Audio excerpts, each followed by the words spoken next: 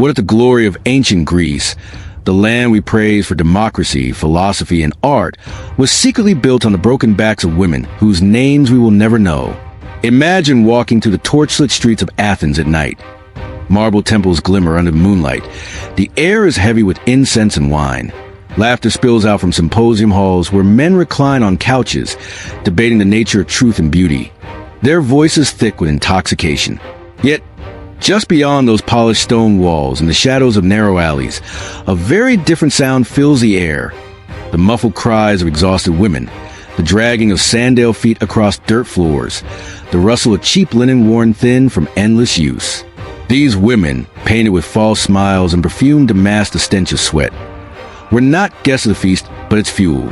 Their bodies, bought and sold like cattle, with a hidden economy that kept Athens' so-called golden age alive.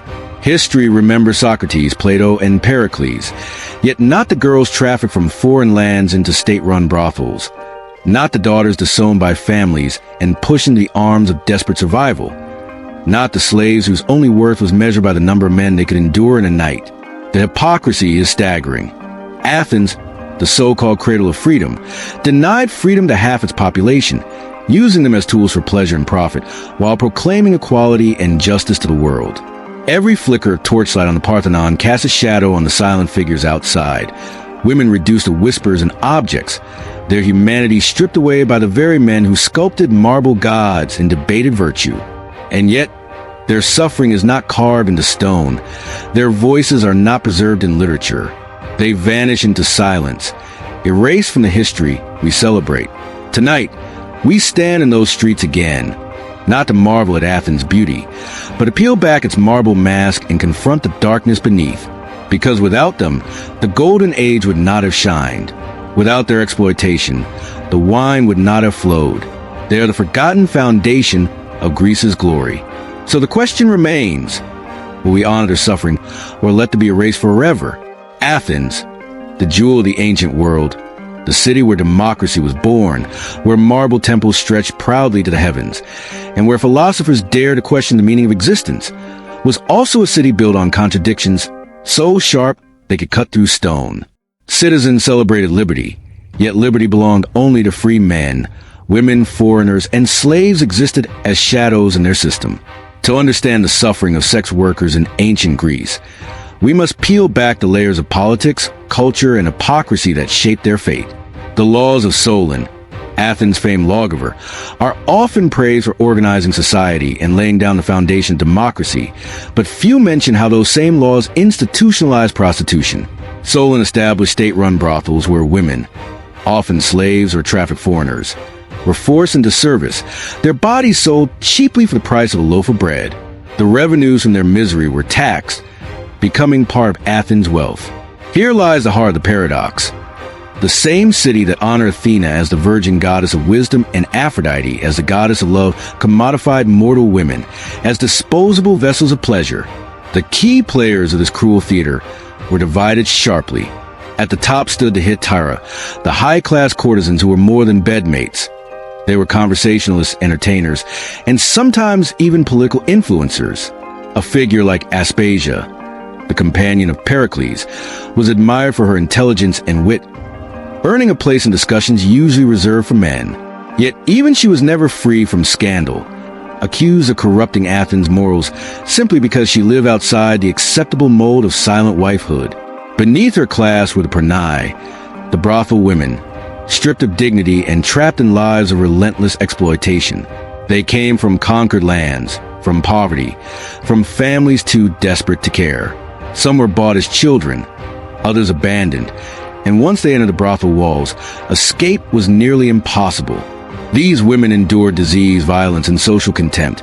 For while men relied on them nightly, society labeled them shameful and untouchable.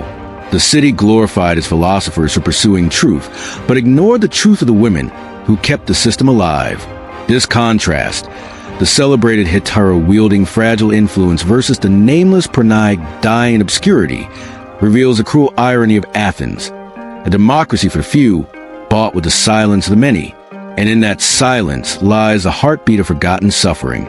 The streets of Athens were not battlefields of swords and shields, but they were arenas of survival where alliances, betrayals, and strategies determined whether a woman endured another night or perished in silence.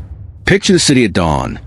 The Acropolis bathed in soft golden light, the air thick with incense rising from temples, while below, narrow streets swarm with vendors shouting, philosophers arguing, and soldiers clattering in armor.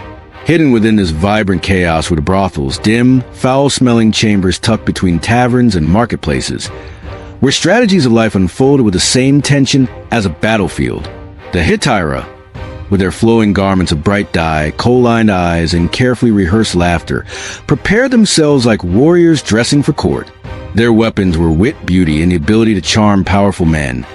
Their alliances were forged not on parchment, but across symposium couches where decisions that shaped Athens' politics often began. But even in their gilded halls, betrayal lurked. A patron could withdraw his favor in an instant, leaving them stripped of protection and hurled into disgrace. Contrast this with the pornai, the brothel slaves, who had no silk robes, no choice of allies. Their battlefield was a single, filthy room lit by smoky oil lamps, where their bodies were the only resource left to sell. They fought with endurance, not power. Their strategy reduced to survival against disease, violence, and despair. Each woman who entered this world faced her own trial. Some sought to rise by catching the eye of a wealthy patron. Others clung desperately to hope of buying freedom, while many resigned themselves to the inevitability of an early grave. The city itself was complicit in this silent war. Laws taxed their suffering, officials turned blind eyes, and customers came from every corner of society. Soldiers fresh from battle, merchants flush with coin, even philosophers who preached virtue by day and indulged in the night. The hypocrisy was so blatant, it was almost theatrical.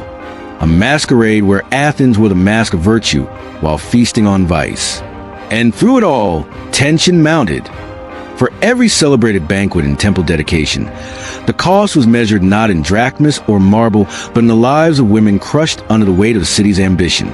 This was the build-up to the climax of their suffering.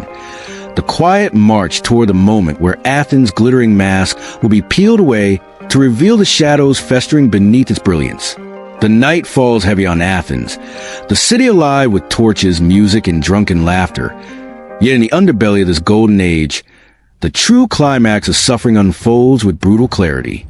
Inside the cramped walls of a state-run brothel, the air is thick with sweat, smoke, and the sour stench of unwashed bodies.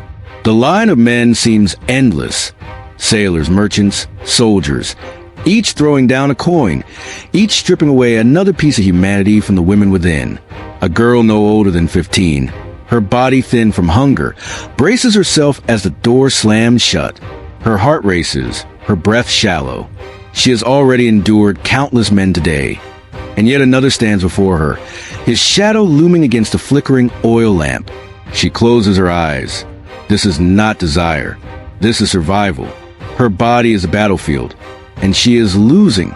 Meanwhile, across the city, in the lavish halls of symposium, a hetairai reclines on silken cushions, her laughter soft, her eyes alert. The men around her, drunk on wine and philosophy, debate the meaning of justice, yet she knows justice does not exist for her. Her wit is her sword, her beauty her shield, but both are fading with time.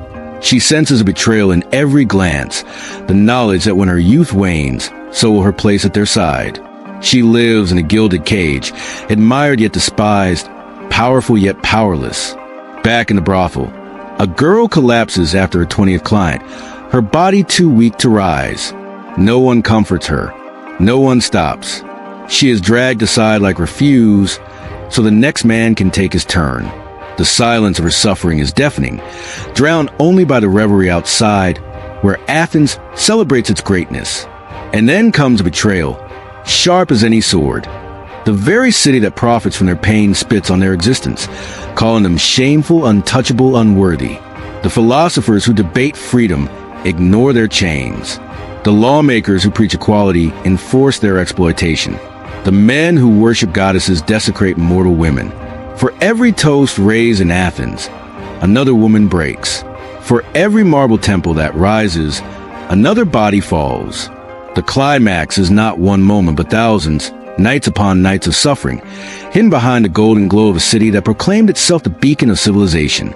This is a turning point. To see Athens not only for its brilliance, but for the shadows that gave it light. When the lamps burned out and the laughter of the night dissolved into silence, the aftermath of the women of ancient Greece was not glory, but absence. An erasure so complete it is as though they never lived.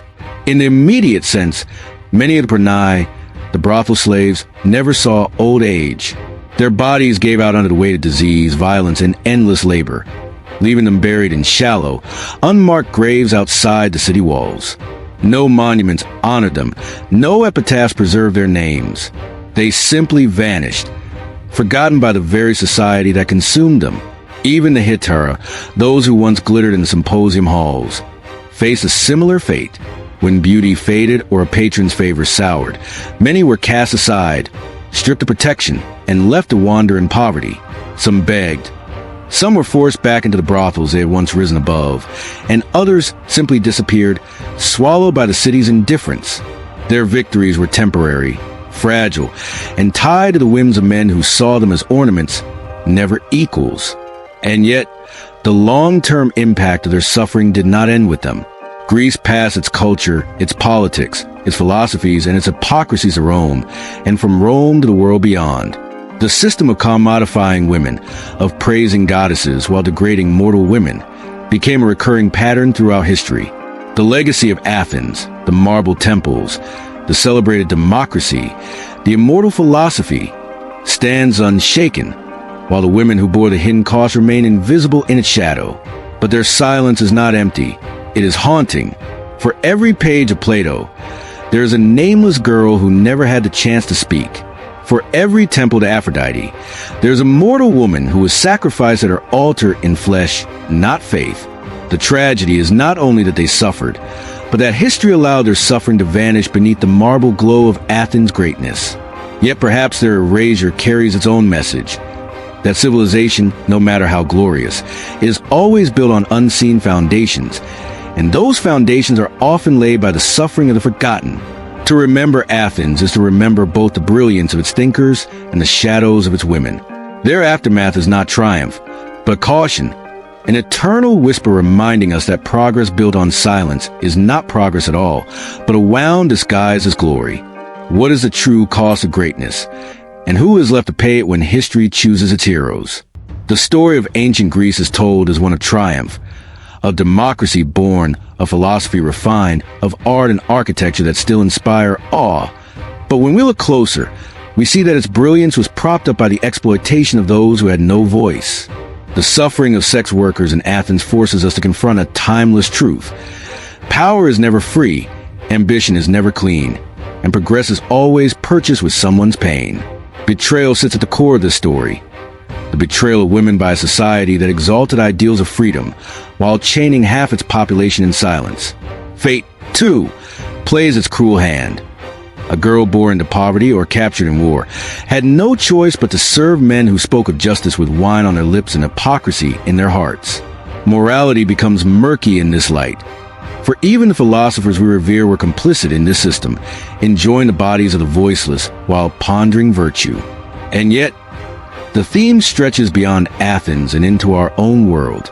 Do we not still live in societies that glorify progress while ignoring the hidden suffering it demands?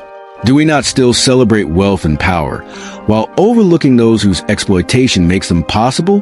The question is not confined to ancient Greece. It is directed at us.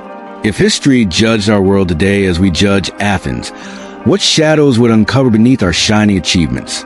Would future generations see our skyscrapers and technologies the way we see the Parthenon? Glorious on the surface, but built upon invisible suffering? These women, forgotten by stone and scroll, force us to look inward. For if Athens, the so-called birthplace of freedom, could hide such chains, then what chains do we hide today? And so I ask you, when greatness demands sacrifice, will you look away, or will you remain forgotten, even if it means confronting the uncomfortable truth that our own triumphs may rest on the suffering of others? Athens carved its name into eternity with marble, philosophy, and democracy, but beneath its brilliance lies a silence that demands to be broken. The women who endured the brothels, who lived as hetairai balancing wit and survival, who were trafficked, discarded, and erased, are not remembered in the same breath as the men who shaped history. Yet their suffering is just as much a part of the Greek story as the Parthenon or the words of Plato. To tell their story is to give them the dignity history denied, to let the shadows finally speak. And that is where you come in. These voices can only live again if we choose to remember them, to speak their names even when history chose not to. If their suffering moved you, if their silence felt too heavy to ignore, then don't let the story end here. Subscribe and join me as we uncover more history's forgotten lives, the hidden costs of greatness, the untold suffering behind the monuments we still admire. Comment below. I will remember them, because memory is the only justice left of those history has erased. Share this story so others cannot look only at Athens' marble and miss its shadows. And most importantly, ask yourself in the world, when our time is judged by history, will we be remembered for what we built or condemned for who we ignored?